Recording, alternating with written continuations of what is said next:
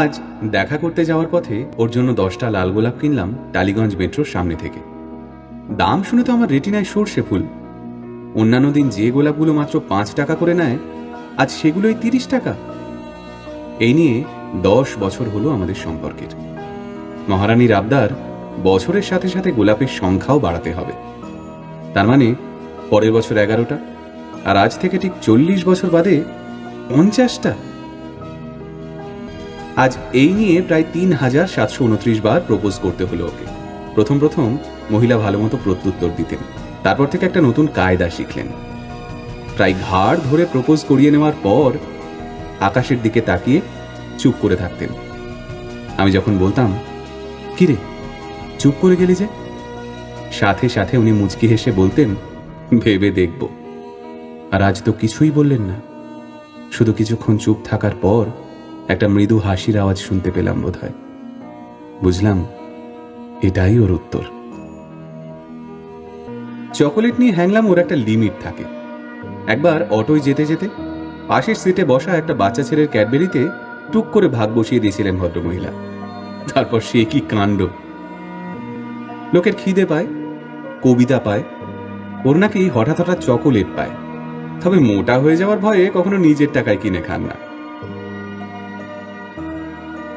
আজ যখন একটা বোনভিলে নিয়ে ওর সাথে দেখা করতে ঢুকছি, দেখি দূরে ফুটপাথে একটা ছেলে তার প্রেমিকাকে ইয়া বড় সাইজের চকোলেট দিচ্ছে। মনে মনে ভাবলাম, আমি তার মানে একা নই। আজ শরীরটা খারাপ থাকায় দেখা করতে যেতে পারিনি, এমনটা মহিলাকে জানিয়েছি। গোলাপ আর চকোলেট তাও মেনে নেওয়া যায়, তবে এই বয়সে একটা বুড়ো লোক বাচ্চা বাচ্চা ছেলে মেয়েদের মধ্যে দাঁড়িয়ে গোলাপি আর হলুদ ভাল্লুক ছানার মধ্যে কোনটা সবচেয়ে নরম সেটা বাছাবাছি করছে, এটা খুব একটা ভালো দেখায় বলুন তো? তাই এই টেডি ব্যাপারটা গত 3 বছর ধরে অনলাইনে কিনে ওর ঠিকানায় কুরিয়ার করে দিই। প্রথমবার একটু রাগারাগি করেছিলেন বটে, তবে পরের 2 বছর মহারানী আমার অসুবিধার কথাটা বুঝতে পেরেছিলেন।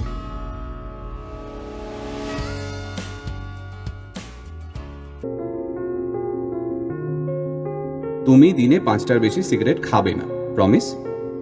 I like your salt and pepper look, so you are not going to dye your hair. Promise? আমি বাদ দিয়ে আর অন্য কোনো মেয়ের ছবিতে লাভ রিয়াক্ট দেবে না, প্রমিস? এই ছিল মহিলার গত 3 বছরের প্রমিস করানোর নমুনা।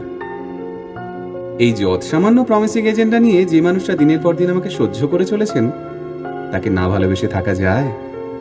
তাই আজ মহারানীকে কোনো রকম সুযোগ না দিয়েই আমি আগেভাগে বলে উঠলাম, প্রমিস, প্রমিস, প্রমিস, তুই যা বলবি আমি তাই করব। দেখি উনি এতটাই হতবাক হয়ে গেছেন যে ঠোঁট থেকে কথাই সরছে না ওর। মহিলার বরাবরের অভিযোগ আমার উচ্চতা নিয়ে। আমি যখন ওর পাশে হাঁটি, নাকি আমাকে ওর জেঠু মনে হয়। আমাকে জড়িয়ে ধরলে নাকি ওর মনে হয় উনি পাহাড়ে ওঠা প্র্যাকটিস করছেন। আজ ভদ্রমহিলাকে জড়িয়ে ধরতে হলো এক বিশেষ কায়দায়। অবশ্য আর কোনো উপায়ও ছিল না। ঠিক সেই সময় ওই সিকিউরিটি গার্ড ভদ্রলোক কোত্থেকে এসে হাজির। উফ, আর সময় পেল না এদিকে আসার। এই ব্যাপারটা না ভীষণ ব্যক্তিগত, তবে আজ অবধি ভদ্রমহিলাকে যতবার চুমু খেয়েছি ততবারই মনে হয়েছে বুকের ভেতরে কেউ দামামা বাজিয়েছে।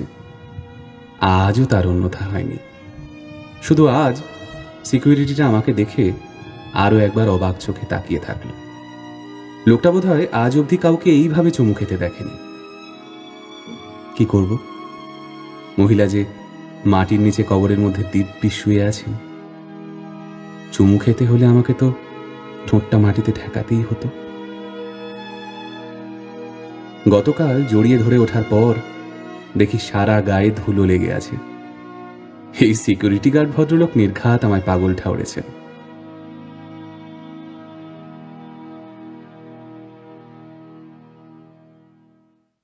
অনেক লোকের মুখে শুনেছি, যার কেউ নেই তার ঈশ্বর আছেন। তবে আমি মনে করি, যার কেউ নেই তার অপেক্ষা আছে।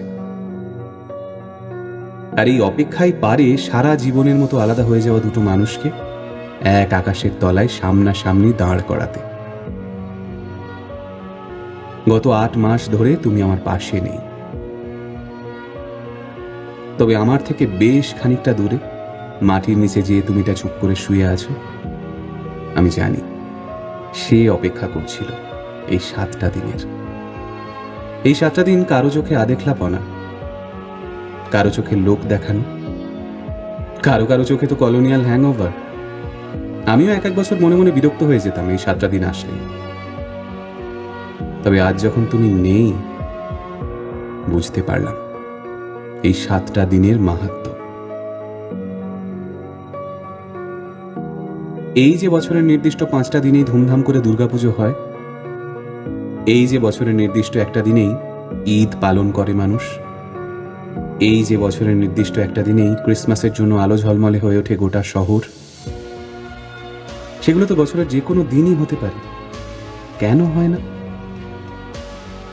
কারণ তাহলে অপেক্ষা নামক শব্দটাই চিরতরে মুছে যাবে উৎসবের অভিধান থেকে। আমরা যারা ভালোবাসাকে একটা ধর্ম হিসেবে মেনে নিয়েছি, তাদের কাছে এই 7 দিন একটা ধর্মীয় উৎসব। ছোটবেলা থেকে আমি কোনোদিন ডায়েরি লিখিনি।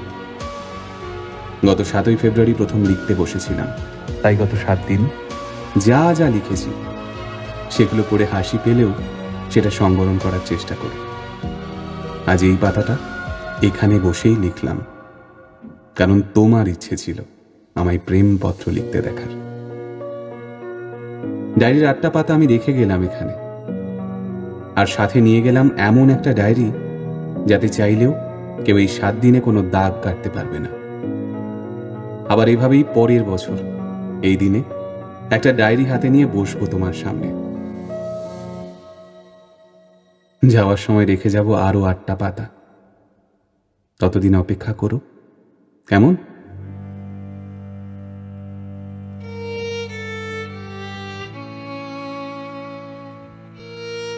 By the way, security guard ভদ্রলোকের সঙ্গে আজ বেরোবার সময় দেখা হলো। ওইভাবে কফিনে ঠোঁট ঠেকিয়ে রাখার কারণটা জানার পর টানা 5 মিনিট জড়িয়ে ধরলেন। তুমি ছাড়া এই প্রথম আমায় কেউ এতক্ষণ জড়িয়ে থাকলো। হিংসে হচ্ছে না তো?